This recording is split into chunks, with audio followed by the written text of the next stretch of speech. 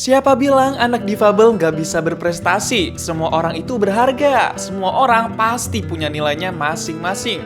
Atlet difabel satu ini lahir dengan tubuh lemah, kakinya nggak mampu menapak, dan lidahnya sulit berbicara. Semua orang ngerendahin anak itu dan percaya dia nggak akan jadi apa-apa. Pedes gak tuh kata-kata? Tapi belasan tahun kemudian dia berdiri di podium dunia dengan medali emas Paralimpiade menggantung di lehernya. Gak cuma sekali, tapi berkali-kali. Inilah kisah nyata tentang keajaiban, perjuangan, dan cinta seorang ibu dalam film Zero to Hero.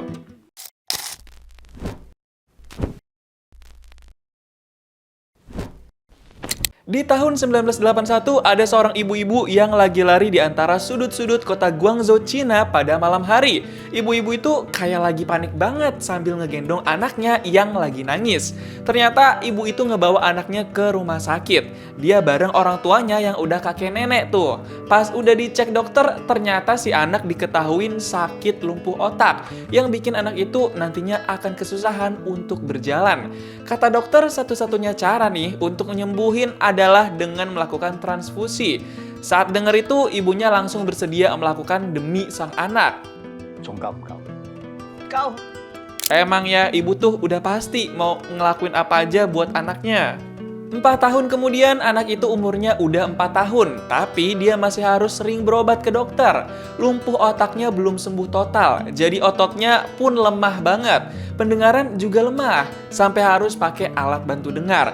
Ngomong-ngomong nih, anak kecil itu namanya So Wai, dipanggilnya Wai. Tapi karena orang Cina, kita panggil aja Koko Wai. Si mama nih udah muak banget sebenarnya. Dia kasihan ngelihat anaknya nggak bisa main-main secara normal kayak anak kecil lain. Semua emosi dia pendam sendiri dah tuh. Belum lagi si mama ternyata juga kerja di tempat laundry. Dia bukan ibu rumah tangga doang. Sampai-sampai pas lagi kerja, Koko Wai harus dibawa dong. Repot amat kan emang. Tapi kasihan juga ya, gimana dah. Sampai suatu ketika di tempat laundry, Koko Wai tiba-tiba ngilang. Lah, kemana itu dia? Kan belum bisa jalan. Pas dicari-cari ternyata pindah posisi dong. Kagetlah si mama. Siapa itu yang mindahin? Mamanya sempat emosi dan stres. Si mama teriak-teriak sendiri tuh di tempat laundry. Mamanya udah jera banget sama keadaannya. Di tengah emosinya itu tiba-tiba si mama dikagetin sama Koko Wai yang bisa berdiri dan jalan kaki pelan-pelan. Si mama shock banget sampai dia terharu dan mau nangis. Nyes banget tuh kata-kata si mama. Mereka langsung pelukan saking terharunya. Beberapa hari kemudian, Koko Wai akan mulai sekolah SD. Si mama sabar banget ngajarin Koko Wai supaya bisa bicara. Ngelihat Koko Wai makin ada perkembangan, si mama sama si papa pengen punya anak lagi karena ternyata penyakit Koko Wai itu bukan genetik. Mereka bikin anak lagi dah tuh. Singkat cerita, di tahun 1993, Koko Wai udah SMP dan dia udah punya adik kecil. Si adik kecil alhamdulillah normal nih.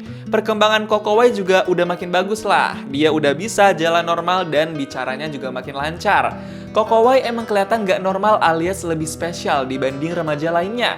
Tapi dia tetap bisa bersikap ramah dan sopan. Sayangnya nih, lingkungan Koko Wai nih yang agak kurang aman. Ada aja remaja lain yang malah ngeledek atau ngeganggu.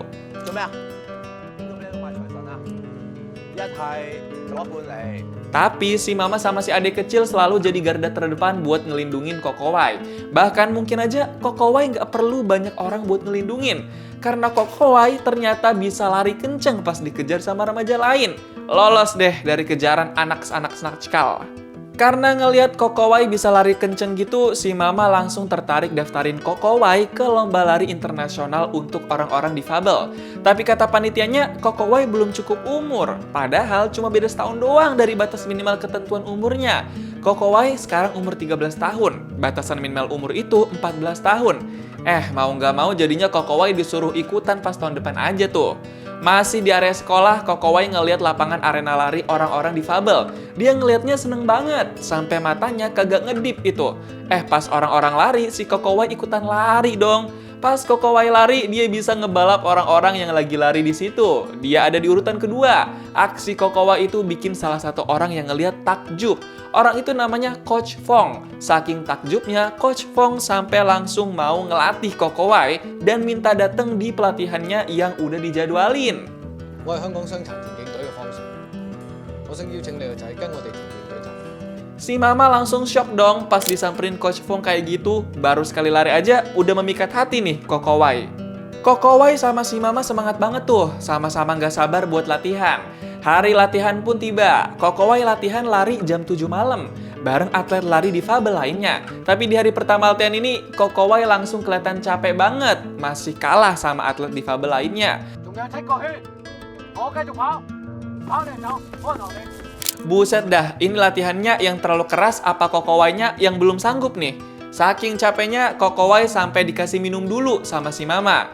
Tapi gegara terlalu perhatian sama Koko Wai, si Mama sampai diingetin sama Coach Fong buat nggak ikut campur. Karena tujuannya ya latihannya biar Koko Wai layak jadi atlet lari. Karena masih capek, Koko Wai coba melipir dulu ke pinggir. Dia malah ngobrol sama cewek manis tuh. Ternyata cewek manis itu adeknya Coach Fong. Abis itu si Koko Wai lagi istirahat malah disuruh lari lagi sama Coach Fong. 10 putaran lagi. Gila emang coach satu ini. Terpaksa mau nggak mau lari lagi deh tuh Koko Wai. Pas udah lari 2 putaran si Koko Wai mau ngebohong tadinya.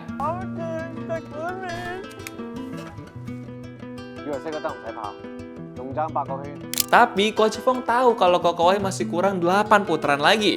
Pulang dari situ, Koko Wai diceritain sama teman atlet difabel kalau Coach Fong emang cara ngelatihnya cukup keras. Tapi itu semua demi kebaikan para atlet yang dia latih. Besokannya, grup atlet difabel Coach Fong latihan lagi. Mereka satu grup berempat latihan buat kompetisi lari estafet. Cuma ada aja tuh salah satu anggota yang malah ngiri soal urusan jadi pelari awal, tengah, atau akhir. Sampai-sampai dia emosi dong sama Koko Wai karena Coach Fong kayak menganak-emaskan Koko Wai. Gara-gara itu Koko Wai langsung semangat latihan lagi buat buktiin kalau dia emang layak ada di grup atlet lari estafet bareng anak-anak lainnya. Dia latihan giat banget, pagi, siang, malam semuanya diterabas dah tuh. Sampai akhirnya Koko Wai nangis sendiri di dapur rumah karena kepikiran soal dirinya yang belum bisa lari secepat anak lainnya.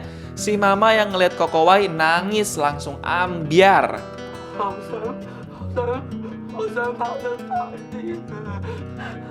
Duh, kasihan amat dah si Koko Wai. Si Mama langsung nenangin Koko Wai tuh. Abis kejadian nangis itu, Koko Wai langsung refresh dulu nih. Dia coba makan makanan yang banyak proteinnya biar stamina lebih kuat. Si Mama juga setia temenin Koko Wai latihan lari pas lagi nggak sama Coach Fong. Tapi pas dilatih dan dites sama Coach Fong, Koko Wai masih juga belum memenuhi standar. Dia emosi dong jadinya, padahal Koko Wai udah berusaha sampai jari kakinya luka tuh. Ada teman atlet satu grup Koko Wai yang greget banget ngeliat Koko Wai kayak begitu. Saking gregetnya si teman itu sampai nantang Koko Wai buat lari lagi sambil dikejar-kejar. Pas ditantang kayak gitu, Koko Wai langsung memenuhi standar dong jadi anggota lari estafet itu. Gokil banget emang. Padahal tadinya si temen kan emosi parah, tapi akhirnya mau berbesar hati buat saling support. 3 tahun kemudian, di tahun 1996, grup atlet difabel Coach Fong udah siap buat lomba lari estafet di ajang Paralimpiade Hong Kong. Pas sampai di Hong Kong, Koko Wai langsung telepon si Mama, langsung minta support dan doa si Mama dah tuh Koko Wai. Koko Wai sampai ambyar pas teleponan sama si Mama. Baru sampai Hong Kong, udah langsung kangen aja tuh dia kayaknya. Gak lama lagi lomba lari estafet internasional Paralimpiade Hong Kong pun bakal dimulai. Keluarga Koko Wai udah siap-siap buat nonton lombanya di TV. Sementara itu Koko Wai dan tim udah siap di arena lapangan. Mereka semua deg-degan banget, tapi perlombaan akhirnya dimulai. Pelari 1 udah mulai lari dari garis start. Pelari 2 udah nangkep tongkat estafet dan siap ngoper ke pelari 3. Pelari 3 lari sekenceng-kencengnya buat ngoper ke pelari 4. Alias Koko Wai.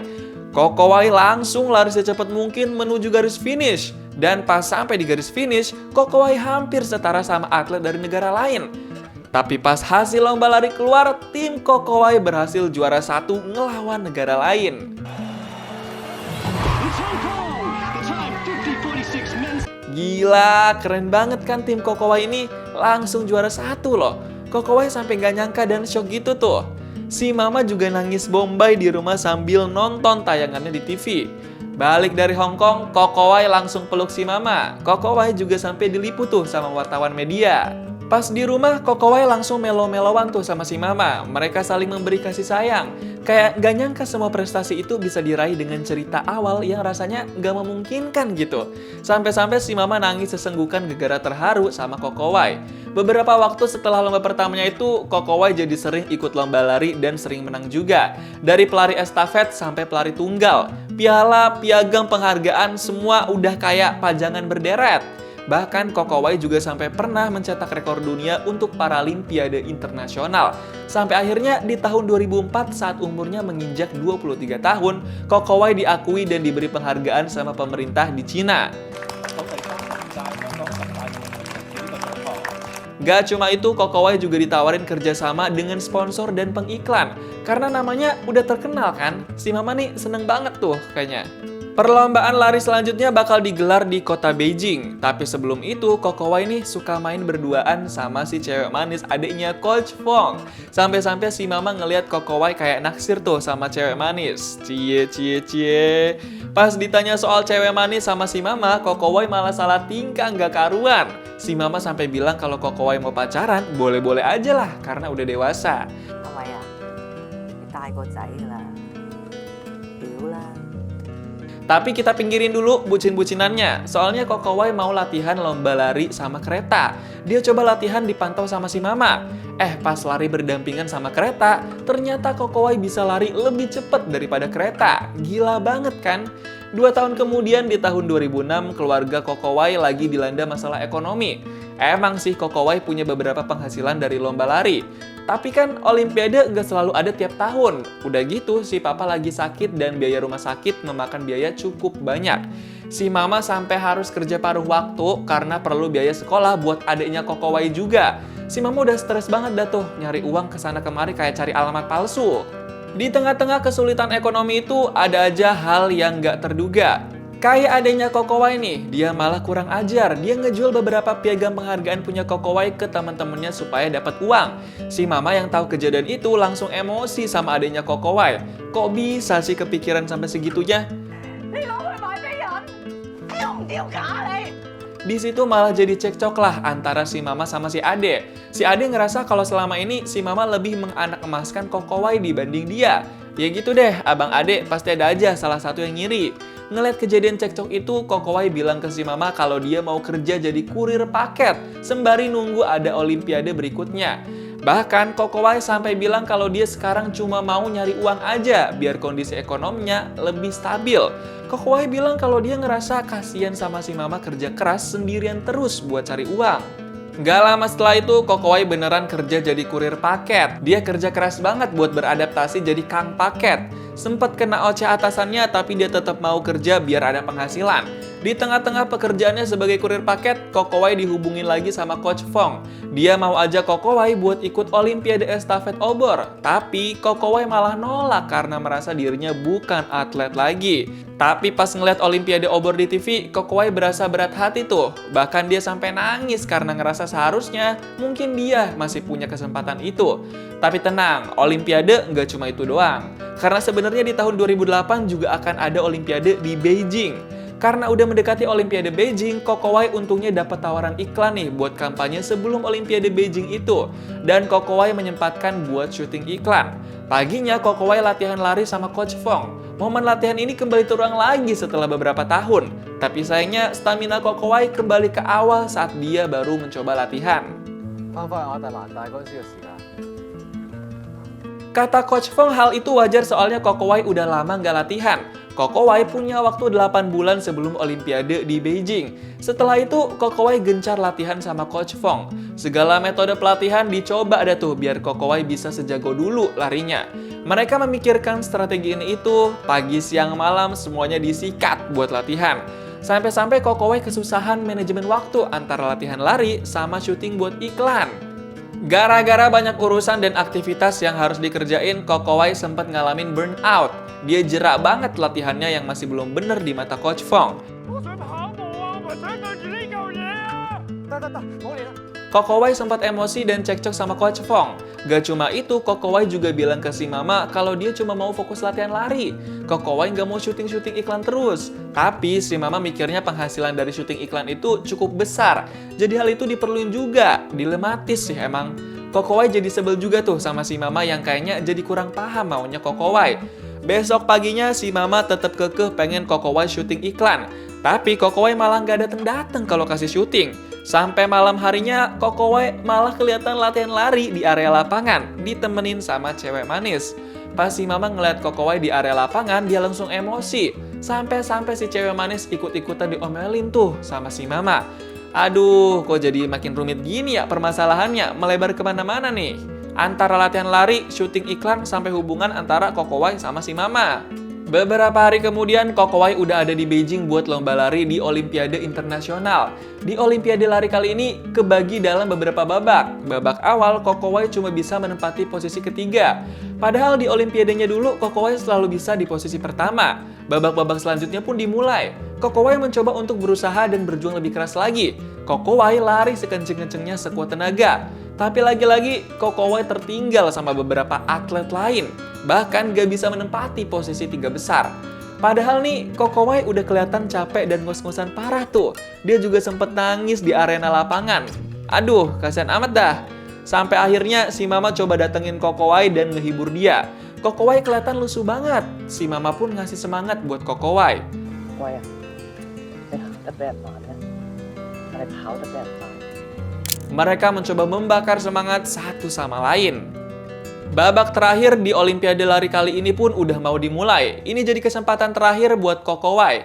Koko Wai didukung penuh sama keluarganya yang nonton langsung di tribun. Di babak kali ini, Koko Wai mencoba lari tanpa pakai alat bantu dengar. Dia lepas tuh alat. Koko Wai nyoba bayangin ada si Mama di garis finish. Berharap itu ngebantu dia supaya larinya lebih cepat. Pas mulai, Koko Wai langsung lari cepat sekuat tenaga. Dengan napas terengah-engah, dia ngelihat garis finish yang ada si Mama di depannya. Dan akhirnya Koko Wai berhasil ngebalap atlet lain dan berada di posisi pertama.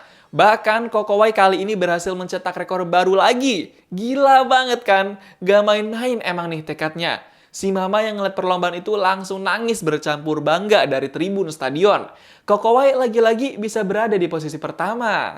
Zero to Hero bukan sekedar film tentang atlet. Ini adalah kisah tentang ibu, anak, dan perjuangan melawan takdir. Karena kadang orang yang dianggap gak bisa apa-apa justru mengajarkan kita arti segalanya.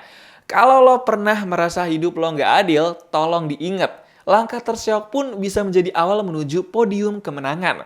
Gimana nih pendapat lo tentang film Zero to Hero? Coba tulis di kolom komentar dan kasih tahu mau diceritain alur film apa selanjutnya.